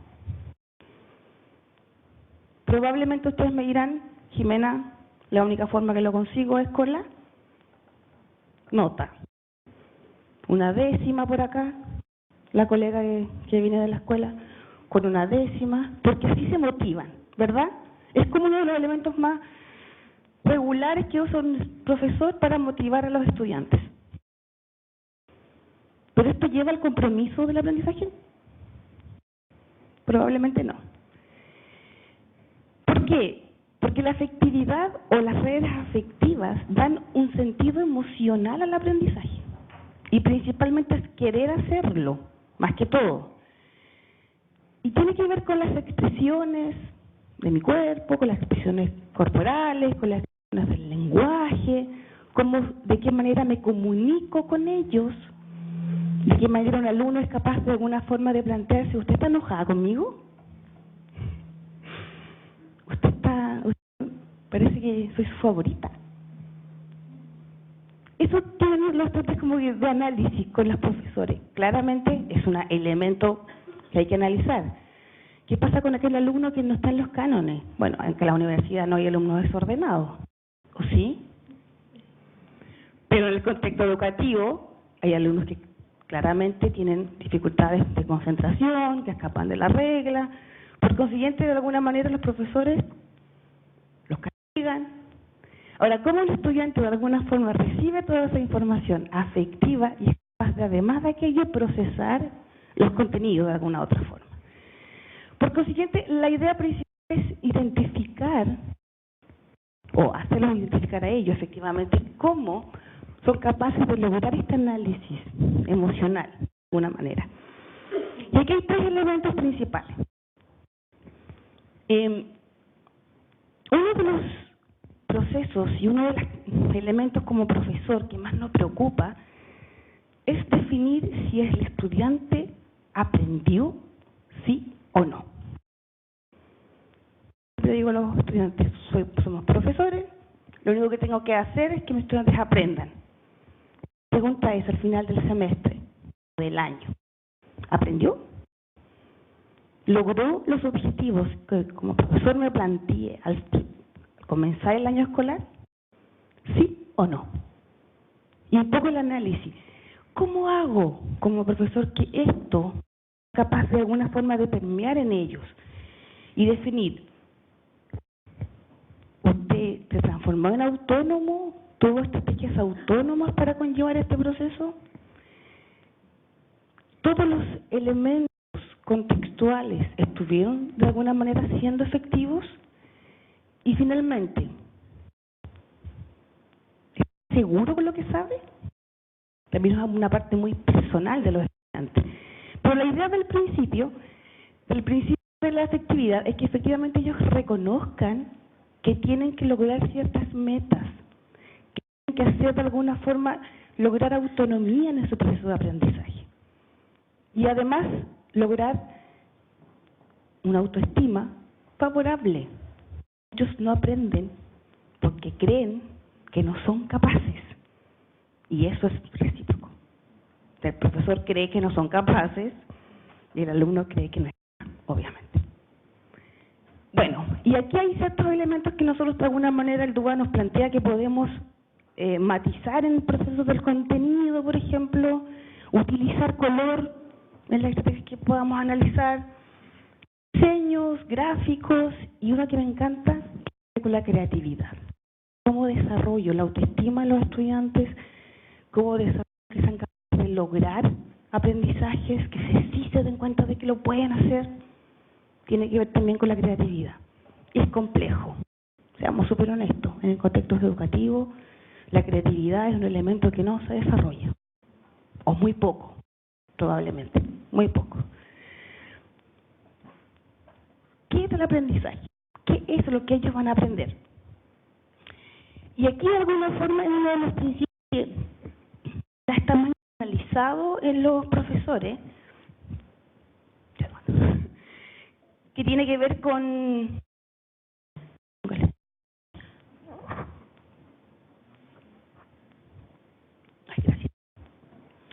que tiene que ver con que el profesor siempre plantea que los estudiantes solo deben escucharlos, sin de alguna forma visualizar que los alumnos en el siglo XXI son visuales, pero son auditivos y además kinestésicos. Por lo cual la pregunta es, ¿siempre presento los contenidos de la misma forma? ¿Puedo utilizar otras estrategias para presentar los contenidos, clase a clase, mes a mes, unidad por unidad? Y de alguna forma esto les da a ellos patrones de percepción, patrones de análisis. Muchos estudiantes miran al profesor, pero no lo están escuchando. Y están pensando en otras cosas. ¿Cómo somos capaces de captar, vuelvo a plantear, la motivación y el interés por el estudiante? Y aquí tiene que ver con estos patrones, es decir, de luz, de olfato, de gusto probablemente, de integración sensorial. Pero es la invitación a un poco diversificar la forma que realizo o presentar la información. No estamos diciendo con eso, y aquí siempre de alguna manera pido la disculpa, no es la idea cambiar el foco de hacer las clases, nada. Simplemente es mirar, retroalimentar mi proceso práctico, de práctica pedagógica constantemente y poder presentar y analizar si puedo incluir otros elementos más llamativos, más visuales, más kinestésicos. Probablemente puedo hacerlo, solo está en que yo lo analice y lo reflexione, probablemente. Bueno, y para esto también tengo 3 elementos. El primero, pensar cómo voy a presentar desde ahora en adelante, porque aquí sentados, por consiguiente hay un compromiso de ustedes, cómo voy a presentar los contenidos. Visual, auditivo, kinestésico, de conocimiento previo, etcétera. Y aquí efectivamente hay elementos que nos proporcionan un poquito de análisis en la diversidad de la sala de clase. Nosotros en la universidad tenemos estudiantes con discapacidad auditiva. Por parte siempre están nuestras compañeras interpretando, que es un elemento de acceso, evidentemente. Pero también pensar que probablemente el texto, para un estudiante que efectivamente tenga dificultades de lectura, por ejemplo, pueda ser grabado. Y en vez de leerlo, él lo pueda escuchar. Paper, que por ejemplo como la universidad podemos de alguna manera pasarle a los estudiantes que lean, algún PPT que tiene mucho texto, un video que por ejemplo en muchas ocasiones no está subtitulado. Son pequeños elementos que de alguna forma podemos hacer el acceso a la información sea diversa. Algunos entienden mucho mejor mirando a una imagen, otros leyendo, por ejemplo, otros escuchando. Pero debemos darle las opciones a los estudiantes. Estamos en el siglo XXI, por lo cual la tecnología existe. Solo hay que manejarla o pedirle a alguien que nos pueda ayudar. Nada más.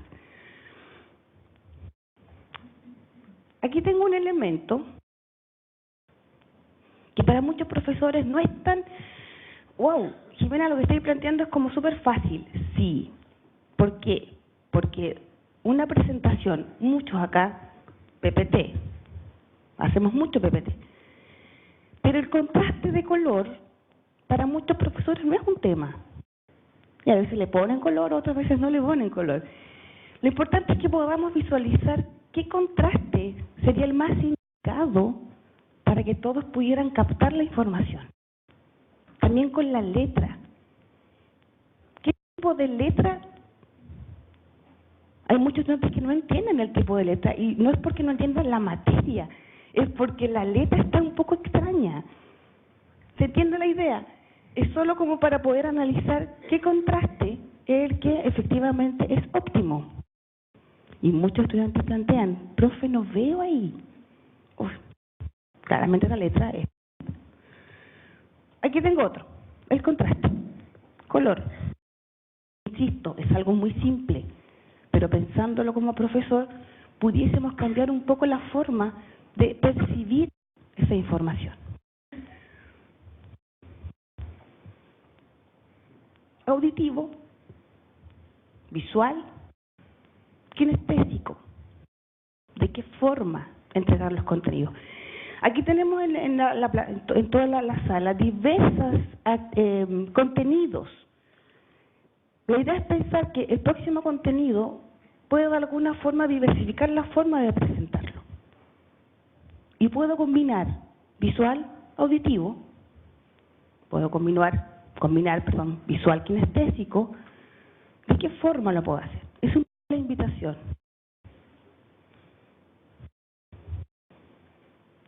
Audiolibros. ¿Para quién son los audiolibros? ¿Para? Exactamente. ¿Podría ser un recurso para todos los estudiantes? ¿Por qué no? ¿Por qué no? El audiolibro es una herramienta que muy pocos profesores utilizan, insisto, en distintos contextos educativos. Es muy fácil, se puede acceder en internet, se puede descargar, hay bibliotecas de audiolibros, podemos acceder a aquello. Intentemos, el próximo libro que tengan que leer los estudiantes, que sea de audiolibro. Intentemos. Y luego conversemos para ver cómo resulta esto. Un poco esa es la invitación.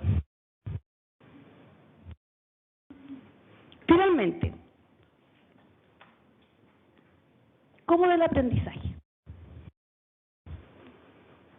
¿Cómo se organiza el conocimiento de los estudiantes? ¿De qué forma son capaces de planificar este conocimiento? Y realmente, al planificarlo, ¿cómo como profesor me doy cuenta y verifico su comprensión? ¿De qué manera? Acá la idea principal es que efectivamente estos procesos sean también diversificados. Es decir, realmente uno de los elementos que aquí más se resalta es la diversificación del proceso evaluativo. ¿De qué forma como profesor evalúa a los estudiantes? ¿Puedo este semestre, estoy solamente haciendo una sugerencia, muy sutil, ¿puedo este semestre variar un proceso evaluativo en mis centros escolares? ¿Puedo cambiar? Aquí miro, no sé, ingeniería, por ejemplo, terapia, no sé. ¿Puedo cambiar un proceso evaluativo de una prueba a otro tipo de instrumento? ¿O en la educación básica, o en la educación media, o matemáticas, que siempre visualizo esos procesos matemáticos que son tan extensos? ¿Puedo yo hacer un instrumento evaluativo donde mida lo que tengo que medir del objetivo de aprendizaje, pero con otro tipo de instrumento evaluativo? Esa es una pregunta que me puedo hacer perfectamente y el DUA invita a hacerla, digamos. No es necesario un análisis tan complejo de aquello. Y la idea es que efectivamente es poder planificar estas tareas, visualizarlas y que el alumno efectivamente, insistimos, logre ser un aprendiz experto.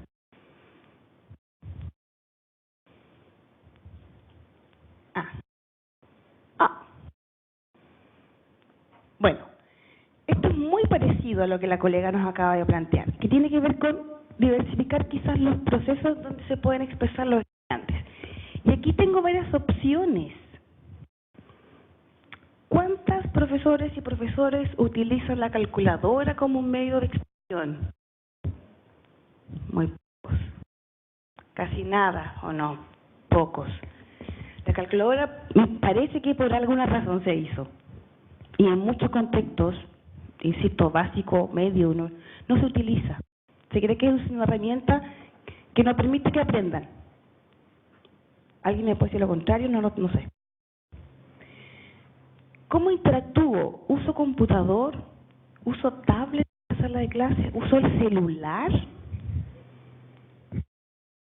¿Cuántos profesores dejan su celular en la sala de clase? Pocos también. Igual podemos, de alguna forma, direccionar que sea una herramienta de aprendizaje, con un sentido de objetivo, con un sentido definido. ¿Se entiende un poco la idea? ¿Cómo podemos plantear este elemento? Y aquí de alguna forma es también la invitación que hacía la colega en relación con utilizar tecnologías. El DUA nos plantea que de alguna forma debemos mirar hacia eliminar las barreras en el aprendizaje. Pero también nos invita a utilizar las TICs. ¿Han escuchado las TICs? Hace como... Claudia, por favor, si me... El enlace, ¿cuánto comienza el enlace? 80. Yo estaba a media. 90 y 98. Desde el 98, en las instituciones educativas se incluyen tecnologías, ¿verdad? Luego hay una especie de análisis, no sé, como crisis colectiva en que todos tenían TICs. ¿Recuerdan o no? ¿O estoy muy viejita? Viene enlace, después se cambia por otros programas, ahora en todas las escuelas municipales hay data, pizarra interactiva. ¿Me pueden decir, por favor, qué se hacen con la pizarra interactiva? Señorita, por favor, allá, ¿qué se hace con la pizarra interactiva? Hay muchos profesionales que lo usan para ver videos. Vayan a las escuelas, ven videos. Dan el PPT. Tecnologías que como país claramente es un elemento que tenemos que ser orgullosos, pero no lo sabemos utilizar. Herramientas de computación, de computadores, el Excel, el C, yo soy súper poco, pero como profesores debemos utilizarla. Y aquí efectivamente hay un análisis que hacer. Todos los niños, casi todos, tienen celular. Por lo cual, insisto, la invitación es de alguna manera a indagar en los elementos tecnológicos que tenemos en la institución educativa, a mirar de qué manera puedo aprovechar esos elementos para acercarlos al contenido, acercarlos a mis objetivos y de alguna forma propiciar a los estudiantes aprendizajes de calidad. Esa es un poco la invitación. Nada más, nada más. Termino con esto. Es un mensaje con los objetivos a desarrollar como persona natural, profesional, donde nos invitan a desarrollar estos 17 objetivos en el 2030.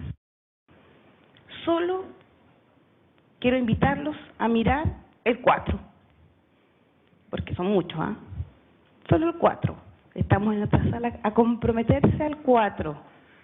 Es decir, como personas de cambio de la sociedad, de alguna forma, analizar y mejorar la calidad de nuestra educación.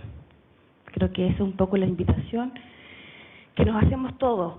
Marino nos invita a hacer ese switch, ese cambio, y aquí de alguna manera para poder reflexionar un poco del contexto. Gracias. Muchas gracias por su atención.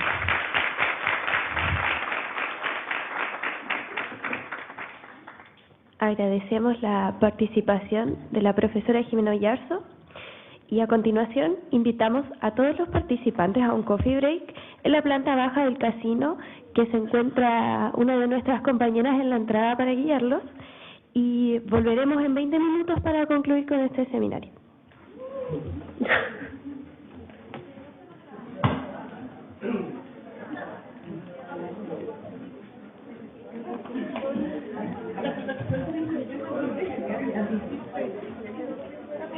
Ay, qué padre.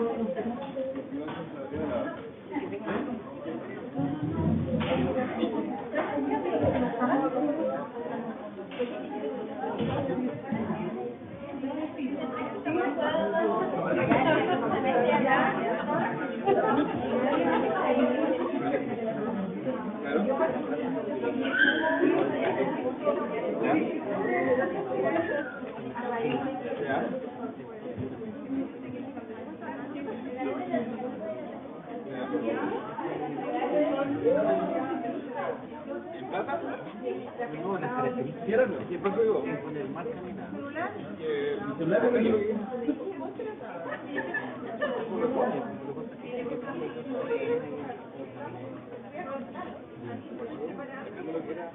Puedo decirte el equipo no ahora es que no pueden llegar, pero hay que subir la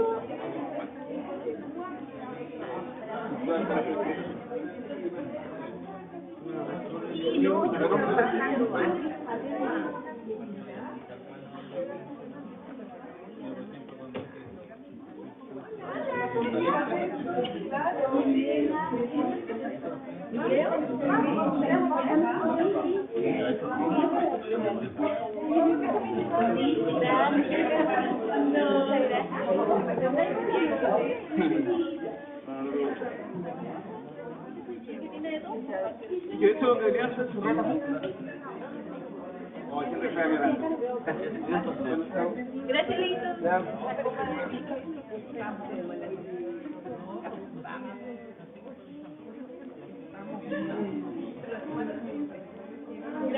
Ya, nada.